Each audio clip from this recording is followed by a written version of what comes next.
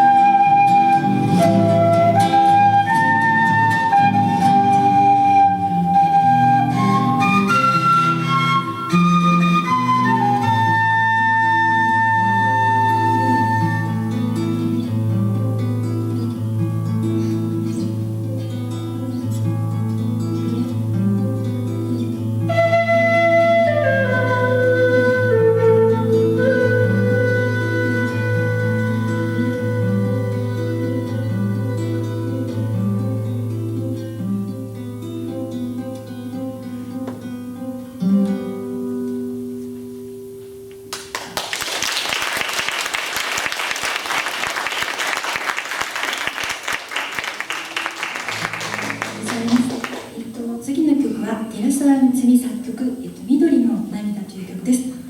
寺澤さんお願いします。このタイトルの緑の涙っていうのは、ペルーのね、埋蔵物、黄金のマスクがありまして、その目からはね、エメラルドの宝石の涙がね、こぼれてですね、美術館で見たんですけれども、それをタイトルを、緑の涙っていうね、タイトルがついておりました。それをモチーフにね、作ってみました。聴いてください。緑の涙。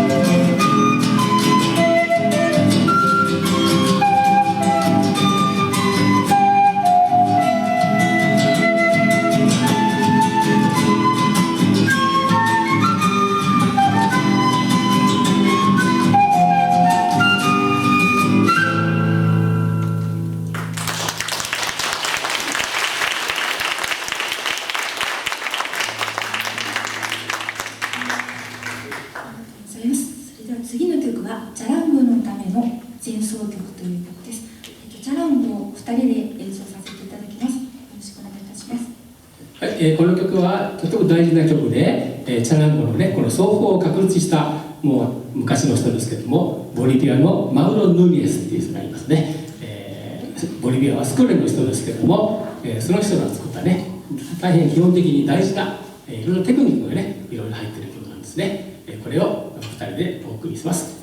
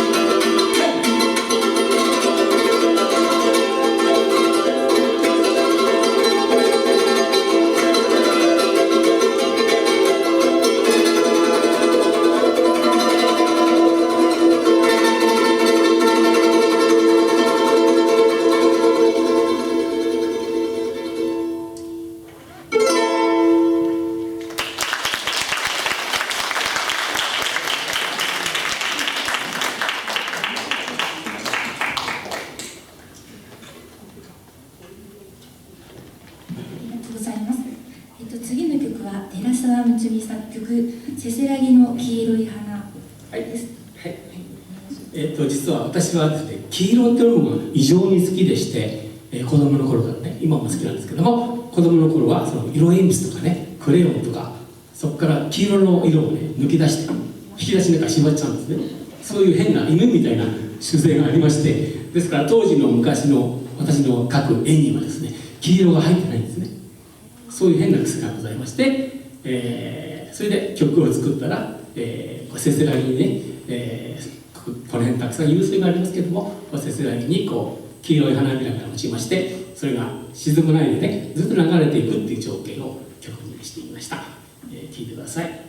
せせらぎの黄色い花。せせらぎの黄色い花と、最後に、最後の曲になりました。ボリビアの曲で「エンクエントロス出会い」という曲です。今日はどうもありがとうございました。